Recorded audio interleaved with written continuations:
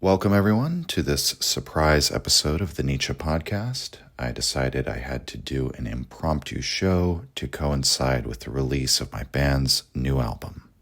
Obviously, this is a very exciting time for me. We just played our album release shows this past weekend. We had a lot of fun in Austin and San Antonio. We're about to go on a tour of the Western United States in June. And today the whole thing is streaming. The whole new album is streaming on It's Psychedelic Baby magazine.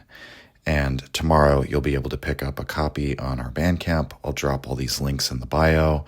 But I guess I just wanted to talk briefly about the background of the album, the background of the band, and my background as a musician for those of you who are unfamiliar with that aspect of my life. Not unlike Friedrich Nietzsche, I have two loves in my life, music and philosophy.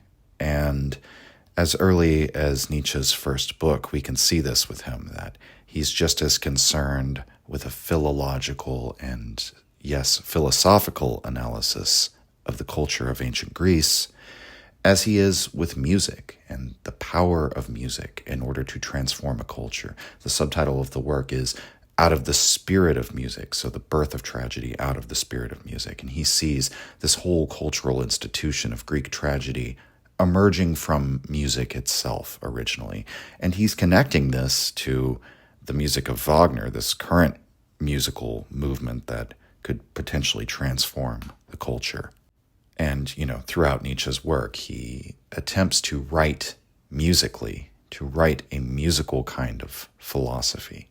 And that was one of the things that attracted me to Nietzsche from the very beginning. Obviously, there are many, many things that I find valuable in his work. There are many things that are attractive about his style.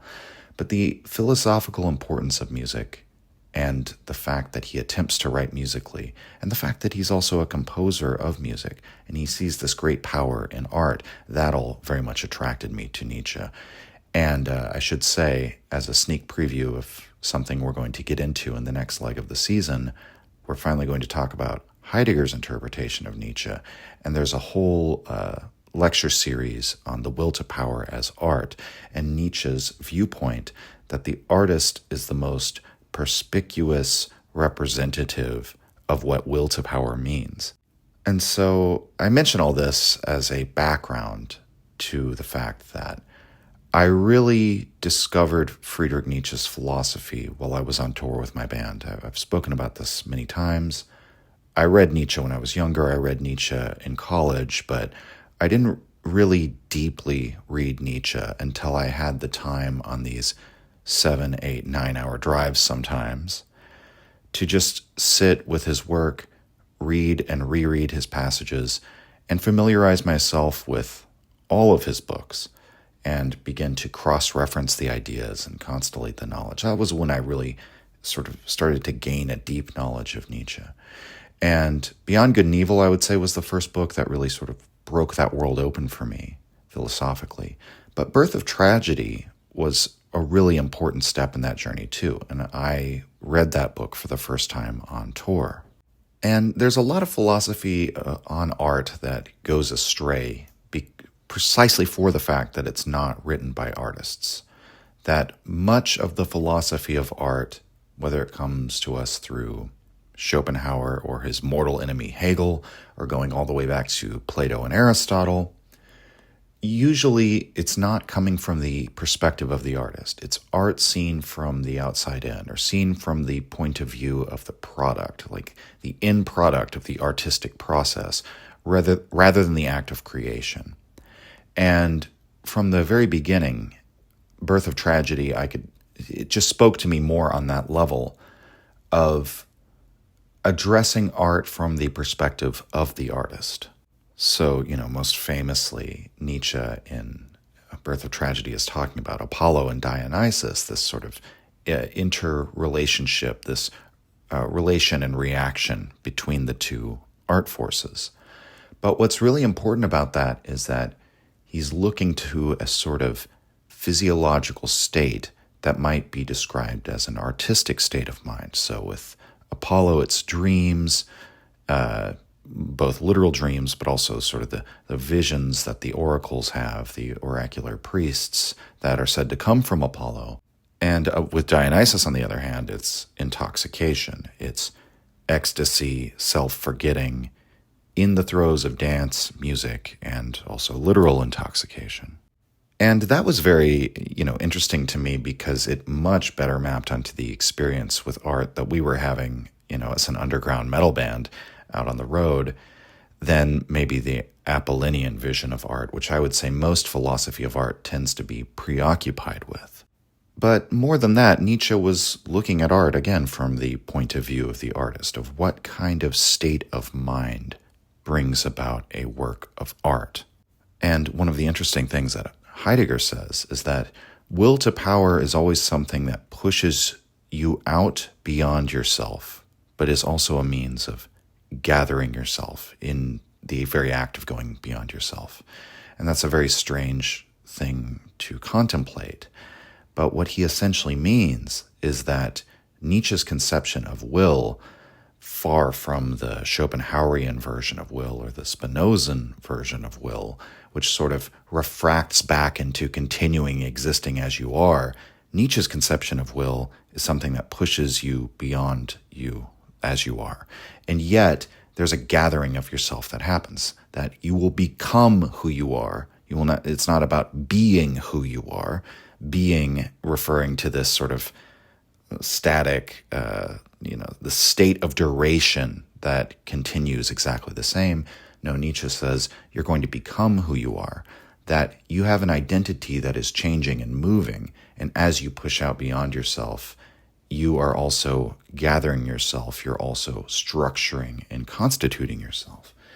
And in any case, when he's describing these two states of mind, these artistic states of mind of Apollo and Dionysus, they both have that quality because they're taking you beyond yourself in the sense that the intoxicated state or the dream state takes you beyond your normal everyday state of mind. But then through this act of artistic creation within that state of rapture, we might say, taking you out or away from yourself, you at the same time regather or restructure yourself as a creative act of the work of art. And so this really resonated with me when I was traveling the country. This is now about, when I read Birth of Tragedy, I was already, again, I'd read some of Nietzsche's books, but when I read Birth of Tragedy, I was about 10 years ago. And it was where the Nietzschean view of art started to make more sense to me and started to really have an effect on my life and my outlook. And so in any case, so I was touring with this band, Destroyer of Light, for 12 years. And I eventually wrote a book about one of our experiences touring. And as you can see in that book that I published last year, I did eventually come to differ with Nietzsche on some points as regards the question of art. But I continued to carry through, I think, the very important perspective of situating the view of art from the perspective of the artist, from the perspective of artistic creation and what motivates it. And also, that book continued on, in a way, it's my tribute to Nietzsche of my love of music and my love of philosophy and combining those in the same work in my first published effort, the same way it was for Nietzsche, that Birth of Tragedy is as much a book about the Greeks, a book about philosophy, but also a book about music and the power of music, and Nietzsche's musical prose comes through very strongly there. And I guess my book, Ritual Madness of Rock and Roll, is a very different sort of project there, but it is equally addresses itself to the world of philosophy, where we try to make every question clear. We try to follow the will to truth. We try to follow that curious drive to inquire versus the artistic process, which is irrational and always sort of belies categories and analysis, and it's always collapsing. All of our explanations of art are always collapsing into statements of preference or statements of it just is the way it is, or art for art's sake, that I was very dissatisfied with. And I was very dissatisfied with the whole idea that art could mean anything we thought it could mean, and that art could, like a work of art could mean anything that we think it could mean, that the artist's intention, what the artist was trying to say, had no bearing on interpreting the work. I was very much against that idea because I've come to see art as a form of communication. We might put it in religious terms, communion. And that was the thing where I perhaps differed with Nietzsche most strongly is by drawing on the work of Tolstoy. And we did an episode on Tolstoy in this season discussing how he sees art. And the term communion is actually very appropriate. That, Tolstoy is a Christian, and he thinks that the end goal of art is to unite all of mankind. Now, my perspectivism that sources from Nietzsche kind of, that's not part of my project, is imagining that art will unite all mankind. The plot of Bill and Ted, the Excellent Adventure, that eventually they're going to write a song that will unite all mankind, right? That kind of thing belongs in comedy, doesn't it? But, in any case, in the same way that, it's, to me, we could make the comparison of art to a kind of language, and there are many different languages. And yeah, there have been projects to get everyone to speak the same language, like Esperanto.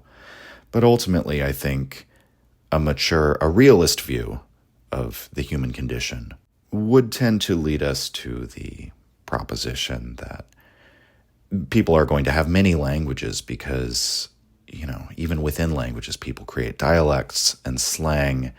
Language is, in many ways, as Sloterdijk pointed out, a way of sort of recognition of one another within a mutual group and the celebration of that group and the values of that group. So there's always going to be different languages so long as there are different groups of people.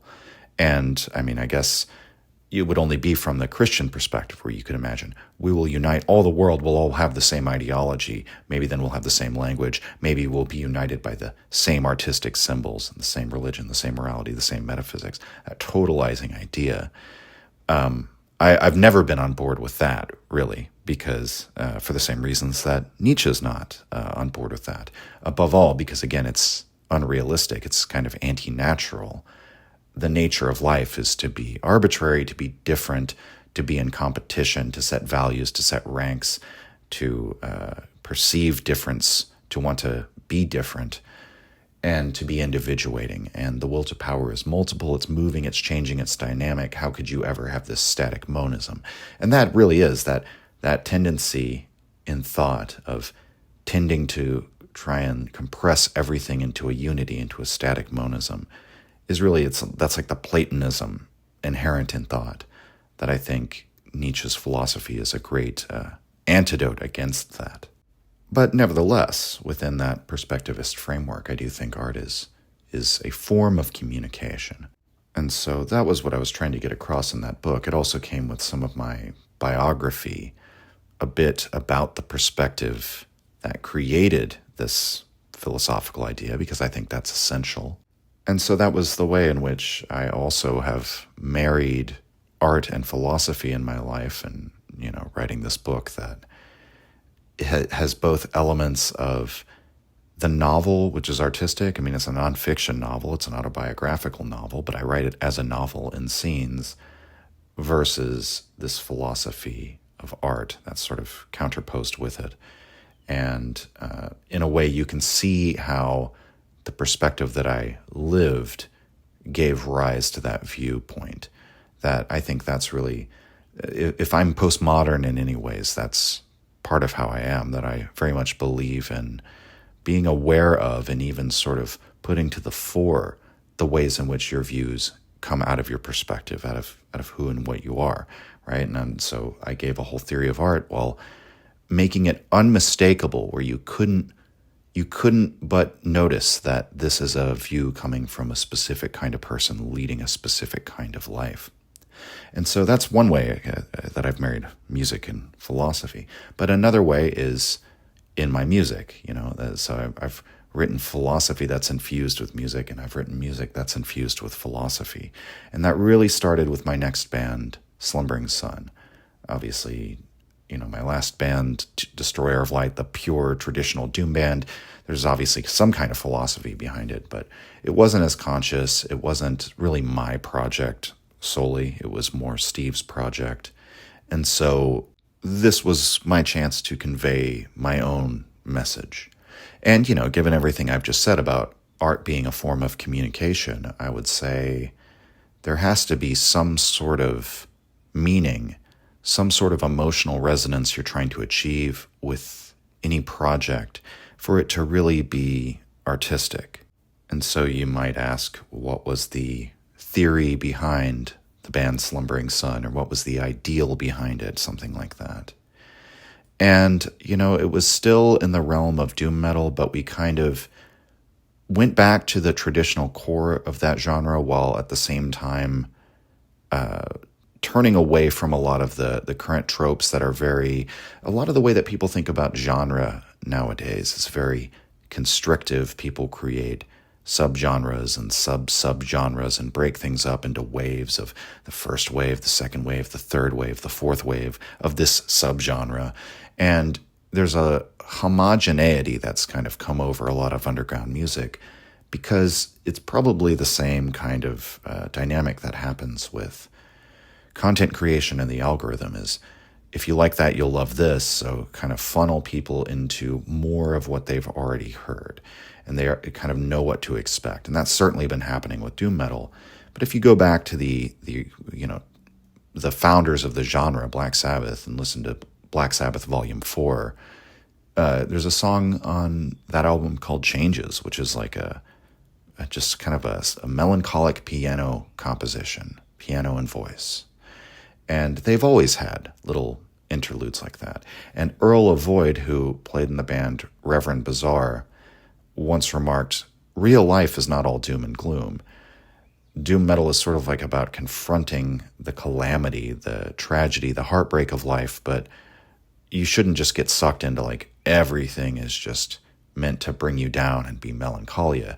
There still should be some grooving parts. There should be some upbeat parts, and that's very rarely was someone who was creating a new genre confining themselves in the way that people confine themselves today, because by the very nature of it, when you're creating something new, you're experimenting. And what happens over time with genres is that they kind of like ossify and rigidify. And I believe you can go back to the source in a way and understand what it is that they were doing on that level of communication, how they were using the colors in their artistic palette wheel to convey something that's definitive of the genre, and sort of take the spirit of that. What happens later is people take the letter, the spirit of the law versus the letter of the law is what eventually happens, We have to have these exact musical tropes or else it doesn't fit into the genre. Well, the people creating or pioneering the genre weren't thinking that way. They had a certain spirit that they were conveying. And by the way, usually this coincides when things start to ossify, this coincides with exactly the moment when things become popular. That's when it starts to reify and ossify and rigidify, is when it becomes a trend. And there can still be a lot of great creative stuff that goes on. I would actually say the popularity of a genre and the creativity are actually totally unrelated. The most creative moments can happen when there's no popularity at all, or when there's like a surge of popularity. It really doesn't matter. But what does necessarily come with a surge of popularity is a bunch of imitation and people sort of doing things by rote and people trying to play that content game really with music. If you like that, you'll love this. So that's all a very long-winded way of saying I was still in the doom metal genre, but I was kind of going back to the source, bands like Sabbath, Reverend Bizarre, Warning, and Pallbearer. There's sort of like a through line of like the people who kind of continued on, we might say the doom metal that like speaks to real life concerns and to real life things like, heartbreak and personal tragedy that, it's real and it's about feeling. And at a certain point, the genre kind of spun off into people fantasizing about wizards and dragons and things like that, or kind of wallowing in nihilistic misery. And that can be like really fun. That can be very cathartic. There's like a reason why people do it. But I had become very disinterested in all of that. The sort of tropes about drug use and Satanism is very old hat. None of that is shocking anymore. It can be fun, especially when it's paired with like a brutal kind of misanthropy. That's really the brutal content of a lot of those bands that use that imagery is, when they bring in these really nihilistic and misanthropic sentiments, which can be, again, it can be very powerful and cathartic, but it just wasn't what I was interested in doing. And it also, again, it all started to feel very confining.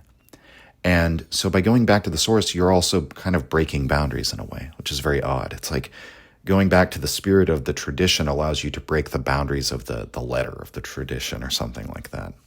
And so that was sort of the impetus for Slumbering Sun was, I want to go back to the emotional core of doom metal. I want to talk about what's real. And, a lot of that comes from the blues, the sort of the working man's tragic genre. And so many of you probably remember the announcement I did. If you've been listening to the podcast for 2 years or more, you probably remember the announcement I did for the first album. But briefly, it was called the Everliving Fire, which is taken from a line in Heraclitus. And in a way, that album was an attempt at putting perhaps amor fati into a musical form. That would be maybe the philosophical drive behind the project, the ideal behind the project. Emotionally speaking, it was sort of like my eulogy to a series of years that I had. I spent a long time in a very dark place, I guess, in the long night of the soul, as they might say. Just garden variety depression. I think most people go through it. I don't think it's particularly special, especially in your mid to late 20s. A lot of people start to deal with those issues. And eventually I overcame that. And it was a couple of years after the fact of realizing that I had this real love and zeal for life and real gratitude, really is maybe another way of putting it, that I wanted to express with that record. So we described it as doom metal that was kind of hopeful. We were kind of trying to explain to people what we were doing, that this was, in a way, sort of a subversion of the genre of doom metal that's always supposed to be depressing and doom and gloom. It was like, no, we're going to confront that but recognize that that's a condition of growth, that dealing with pain and heartbreak is a way that you can grow and advance and push yourself out beyond yourself, right? And gather yourself up at the same time. And the first track on that album is called Morgenrot, which means daybreak. It's the name of one of Nietzsche's books. That was 100% intentional. There were songs on there about love and loss. But really, what I was trying to do was write songs that lyrically you could interpret as a love song about a person, or you could be talking about God or the universe or nature or something like that. And so for me, obviously, it's not God, but oftentimes when there's a second person referred to, a you in the lyrics on that album, it could be interpreted as referring to another person, but also just about life itself, really. Life is the best word, life with a capital L, right?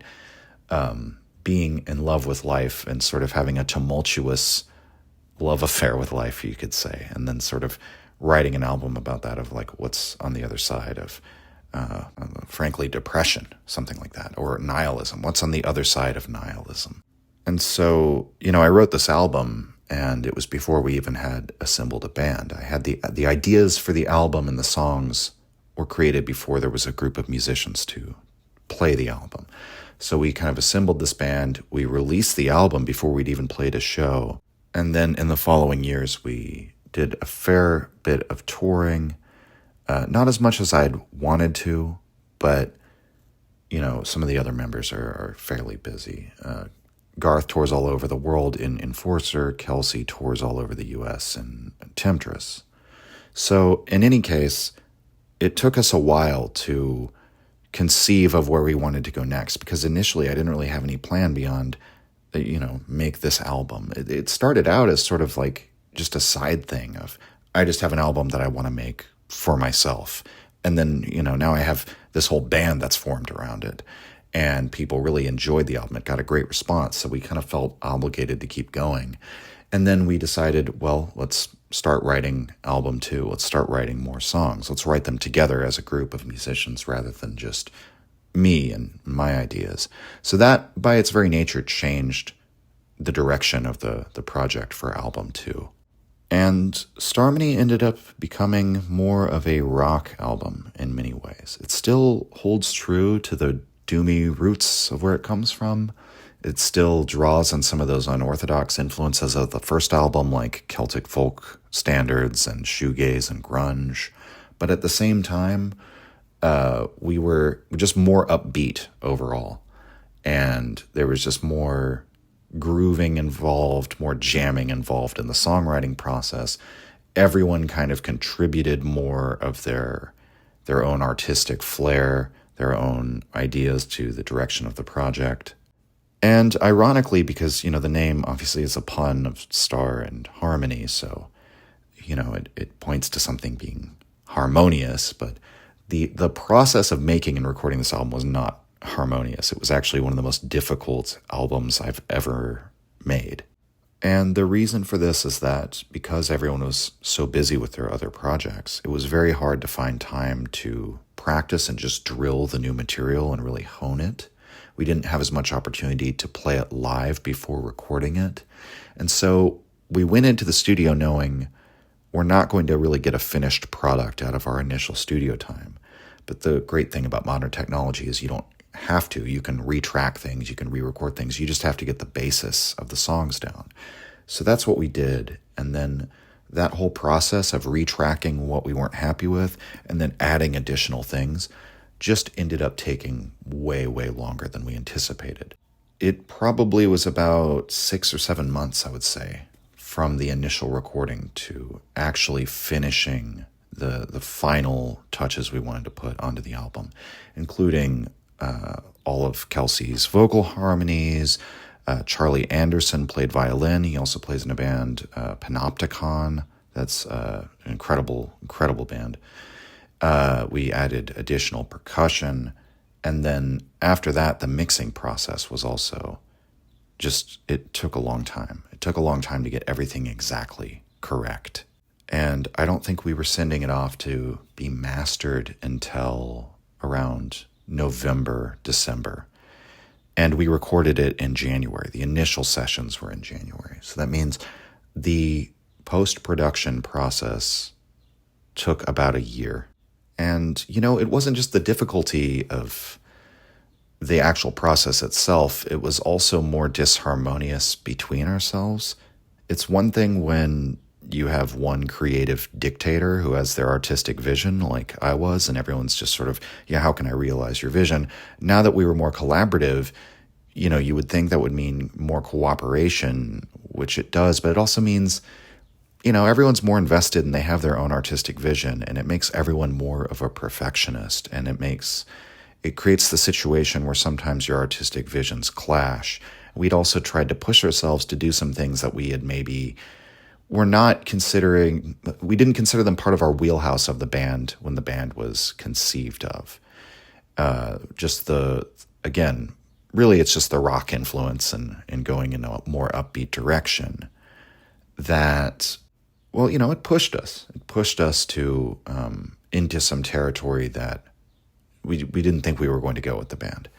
In some ways, it's kind of an experimental, more progressive album than the first one is.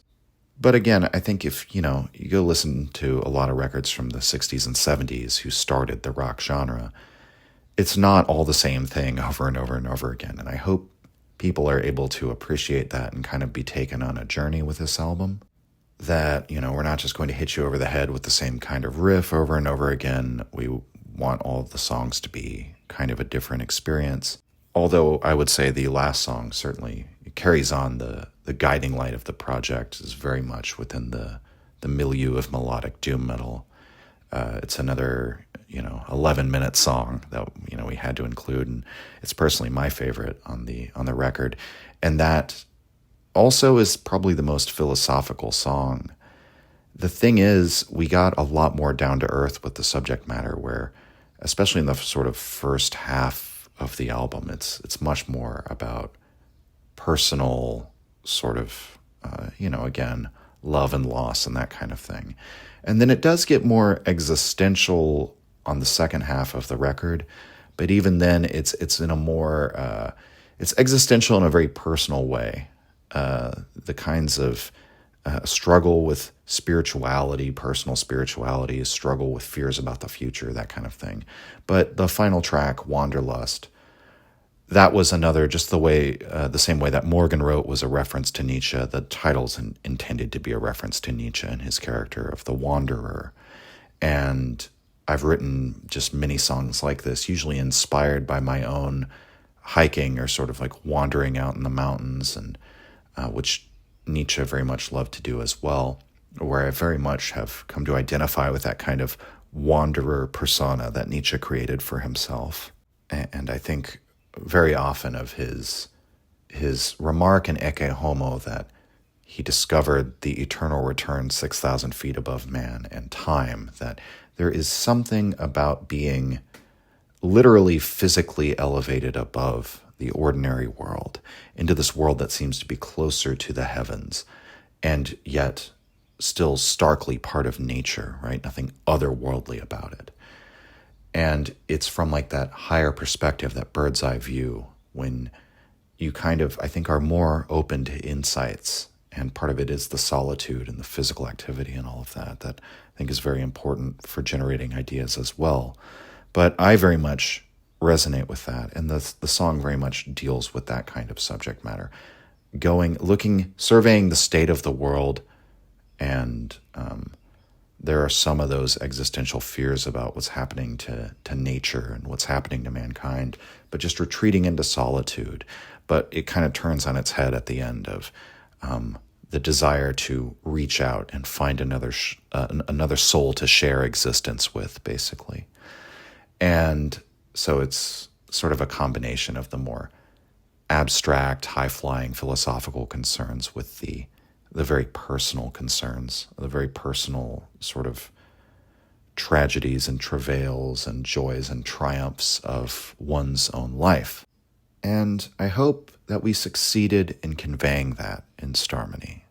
As I said, you can go listen to the whole thing in the link provided in the show description, and you'll be able to listen to the whole thing and order it on our Bandcamp tomorrow. And I do just want to take a moment to say I've started a Discord server for the patrons recently. There are so many musicians there and so many enlivening conversations about music, in addition to other things, philosophy, culture, and so on. It's one of the perks of being a patron is you get access to the Discord server. I thought about taking it public eventually, but I was thinking, nah, it's better to have it be a more exclusive group of people, because when you just have a totally public chat room, it turns into a dumpster fire really quickly. So if you're interested in that, and you're interested in talking about music, among other things, philosophy, and so on, with other patrons of the Nietzsche podcast, other Nietzsche podcast enjoyers, go sign up at the Patreon. You'll also get access to early content, although this episode did not come out early for the patrons because it was, again, kind of a last-minute idea, and it needed to come out today if I was going to promote the forthcoming album. So, again, more updates about my life and the future direction of the podcast before I sign off here. We're going to talk about Heidegger. We have a 3-part episode on Heidegger. After that, we're going to talk about The Dialectic of Enlightenment by Adorno and Horkheimer. That's right, we're getting into some critical theory. Ooh, scary. But no, it's honestly, I think a lot of the people who talk trash about critical theory have never read any critical theory. And I find that's very much true of sort of both sides philosophically, of the people who refuse to read the great intellectual works that don't align with their ideology. And they'll say it's all complete garbage and nonsense. And it's like, well, have you ever read it? 9 times out of 10, they have not. So, and we're going to get into that because Adorno and Horkheimer, they're doing something very interesting with Nietzsche's philosophy, and they discuss Nietzsche in that work. It's one of the foundational texts of critical theory, and it directly engages with Friedrich Nietzsche. And then we'll have just a handful more episodes before the end of the season, and we go to Book 4 of The Gay Science. And there's going to be a much, much longer break between Book 4 and 5, because I kind of interjected the Gay Science readings with this series because it's just such a long book. But I think it's fitting because Book 5 was composed later by Nietzsche. So we're not going to, that was kind of an experiment we did this season, probably not going to replicate it, like the intertwining of a book walkthrough with the season. In fact, after we finish Book 5, I'm not even sure if I'm going to do another book walkthrough, because as I've mentioned in the past, it's one of the least popular things that the podcast does. I know some people find it invaluable. And you know what? The archived versions of the Birth of Tragedy, Beyond Good and Evil, and the Gay Science read-throughs are all there. I think with those three, that's really all you need for a point-by-point analysis by Nietzsche. Twilight of Idols, The Antichrist, Genealogy, these are much shorter texts, and Genealogy is way more focused. It's not very hard to follow. And I've done individual episodes that have kind of addressed themselves to each part of that book at different times. And Twilight of Idols and The Antichrist are much shorter and to the point. Twilight of Idols isn't to the point, but it's at least shorter. And again, we've probably covered almost most of the main content of that book by just doing individual episodes about it. The only thing that is sort of on the horizon is the potential of doing a Thus Spoke Zarathustra read-through, which I think fate is pushing me towards the inevitability of that, even though I must confess I really don't want to do it. I think maybe once I get into it, I might enjoy it, but it's like such a Herculean task, and it's also the text that everyone tries to take on. And it's also one that, just like when I'm unpacking Nietzsche's maxims, his epigrammatic little sections, his true aphorisms, it's oftentimes we refer to everything Nietzsche wrote as in an aphorism, but sometimes it's a long multi-paragraph section that's not really an aphorism. But the sections that are true aphorisms, it's almost a shame to kind of disentangle and unpack and unbox them, because it loses something. It's like explaining a joke in a way. That and Thus Spoke Zarathustra, it's like the whole thing is like that, right? The whole thing is, every line is almost like a little aphorism, a little poetic bit of wisdom, or an allegory or narrative. That's precisely why people would want me to sort of analyze that work, but it's also why it's such a daunting task and could likely take years. So maybe that'll be a kind of thing. Maybe rather than being like an interseasonal project, I'll do like a Zarathustra analysis as like a bonus episode every 2 weeks or something. Maybe that'll be the plan going forward into the future. I don't know. I still haven't figured that out wholly yet. And I have a pretty good idea what the rest of the episodes for season 5 will be after Heidegger and Adorno and Horkheimer. But I'm not going to say anything yet because things could change. Season 6, we're definitely getting into Klosowski and Bataille. That's for sure. Other than that, I'm not going to say anything else other than that because I don't know the full plan yet. I'm still also formulating that. In upcoming news, more perhaps proximal news, I recently met a fellow from Ireland named Steph, who goes by Uberboyo online. He visited Austin, and we went ahead and recorded a podcast together in person.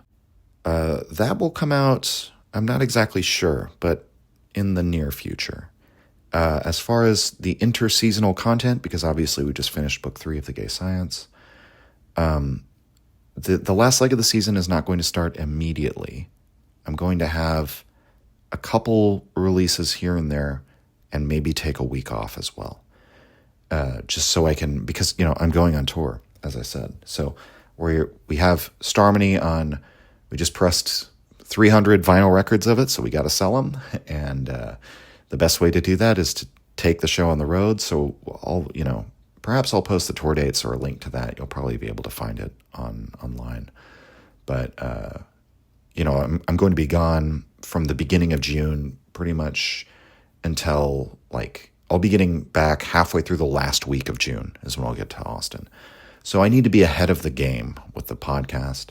And I try to have as few weeks where I take a break as possible, but I think here is where I'm going to have to do it just to give myself more time and a running start so that when I'm out on the road, episodes are scheduled to release. And we're kind of in the natural lull where I can get a lot of work done and research done so that I can just sort of write and record the entire leg of the season, have it all ready to go, and then, hopefully not really have any interruption to the season proper. But, so before we get back into all of that, talking about Heidegger, Horkheimer, and Adorno, there's going to be a couple additional episodes released. Really, I'm going to just be, I've got like a couple, I have a couple things for YouTube and I have a couple things for Spotify that they haven't received. Like things that are on the YouTube platform that they don't have on Spotify and vice versa. That's going to be like one of the weeks. And then we'll also have a little something extra for you as well. And then a week off, then we'll get into Heidegger. I think that's the plan. I hope this all makes sense. I hope I'm not just like rambling like on crazily but this is like, I guess it's just a window into the logistics of like trying to plan a podcast and plan it around being out of town for a long period of time and just how that's all going to work out and, try to keep the momentum going at all times, which I've tried to do from the very, very beginning since 2021 when this thing started. When we're on tour in June, it will be the 4-year anniversary of the podcast, I believe, will hit in a couple months. And since that time, I've had very few weeks. I wonder if somebody could go through and count how many weeks there has not been a Nietzsche podcast on Tuesday, or at least on Thursday, right? Because occasionally there was a little period where I switched to that because YouTube was getting releases on Tuesday and the book read-throughs were coming out on Thursday. Whatever. Basically every week there's been an episode, and I believe consistency is important. And, if I believe it helps me also stay sharp that I have this deadline that I have to meet, that I don't let myself get out of. And it keeps me in my books, in the research, on the grind set, right? It's totally self-imposed in some sense, but in another sense, it's a reality of the podcast. And I knew from the beginning when I was like, I'm going to start this, I'm going to take this seriously, that would be the grind, And so that's what I'm doing. I'm trying to stick with the grind. And so that means strategically planning when those week gaps will be. And that's like, it is really, it's a headache sometimes just figuring out how I'm going to fit in the podcast with everything in my life. But it's really rewarding. I mean, a lot of people in response to this in Patreon, when I tell them like, guys, I'm really struggling, episodes are coming out, later than they normally should be coming out. They'll all tell me, don't worry about it, man. Take some time off. But it's like, I really do need to stay on target. I do need to stay focused. I do need to stay on the Faustian grind set because it is like riding a tiger and you don't want to fall off. And, actually now that I'm saying all this, it's like, oh, I forgot about like the month that I took off at the end of last year, because that's almost like a giant black hole in my memory of a really, tough situation that I was going through where I just had to step away for a minute. Thankfully, it was right at the end of the gay science read-through, so it was another sort of natural break. So there's an additional 4 or 5 weeks to add into the time when I haven't had a podcast. But, that's a great example because it was hard to get back on, to get back in the saddle after that. Your personal momentum, your work ethic can also stall out. And I think it's why when people get into depression, it's so hard because you start spiraling, right? You start spiraling down and, depression makes you want to stay at home and not do anything. And then you stay at home and not do anything and it makes you depressed. And it's like this vicious cycle. And I want to be in a virtuous cycle. I want to be in a positive feedback loop where even if it's by the skin of my teeth, I want to make my deadlines. And it's not always possible, but the point is to aim at that continually. And then it makes me really proud and feel accomplished that I've done that. And so that would be my advice to anyone who wants to start a podcast or really anything. You have to be consistent. Even, especially with writing, a lot of writers will talk about these rules of like, write at the same time every day. Sit down and write for 3 hours, whether you want to or not. I'm not going to say any of that's a good idea. But it's probably better rather than that kind of schedule. Maybe that works for some people. What works for me is saying at the end of this week, whatever the period is, wherever it starts and finishes, obviously Nietzsche podcast, Tuesday's release day. At that point, I'm going to have a product. However I get there, I am going to have a finished product. I think that's a really productive mindset to have. Not necessarily confining yourself within these day-to-day rules or like time and schedule. Again, might be very beneficial for some people. But for me, it kind of gives you a little more play with inspiration when inspiration can strike. And, obviously my week has to be scheduled around the band. And later today, we're going to have a rehearsal with, our bass player can't go. Garth can't go on the West Coast. So Jackson, who's from another band here in town, is going to go with us. While we're practicing with Garth, we also have to get Jackson up to speed with the tour because Garth is playing all the rest of the shows in Texas with us to the end of the month. So, it's like, again, the logistics there are so crazy. And so, if I had a set time when I would be writing most productively, for me, it would be like early into late afternoon is when I'm most productive. But that's also when I have to rehearse with my band, right? So it's better for me to set those kind of weekly goals, and then when planning out the podcast in the long term, to kind of look at things in the months long scale of what the release schedule is going to be. So I think I've talked for long enough. While I'm on tour in June, you can follow the band on Instagram. I guess I should put up that link in the show description as well. You can follow me on X or Twitter. I'll be posting pictures in both places showing our adventures and the good times, the bad times, the hard times, the long drives, the beautiful drives, all the beautiful people we're sure to meet and beautiful scenery we're sure to find. I mean, Northern California is it's like another planet almost in some places. And so you can kind of like follow our journey there. And so, yeah, if you're a fan of the podcast, people always ask how they can support me, especially if if you can't afford to give on Patreon every month, then please do not give me money if you can't afford it. Please, please, please. But something you can do that's absolutely free is go stream the album on Spotify when it comes out tomorrow. Like, just give it a listen, and maybe you'll like it, maybe you won't, but maybe, even if you just giving it the listen will help boost the amount of attention it gets. And if you do find you like it, then, win-win, you found more, great music. But that's another way that you can support what I'm doing, is just helps support me artistically, and you don't even have to spend any money or buy it or anything. Just give it a like, give it a share if it's on YouTube or whatever, or give it a listen on Spotify, follow us on Spotify, something like that. So yeah, it's me using my platform to shill for my other things that are unrelated to philosophy. But as I said at the beginning, it's really not unrelated to philosophy. It's really part of who I am, and it informs me philosophically, and philosophy informs my music. So thank you for joining me on this surprise episode, everybody. Have a wonderful day, and express some gratitude to life that you get to experience this crazy, beautiful world of ours. I'm genuinely grateful, and I'm grateful for all of you. So, all right, that's it. Signing off.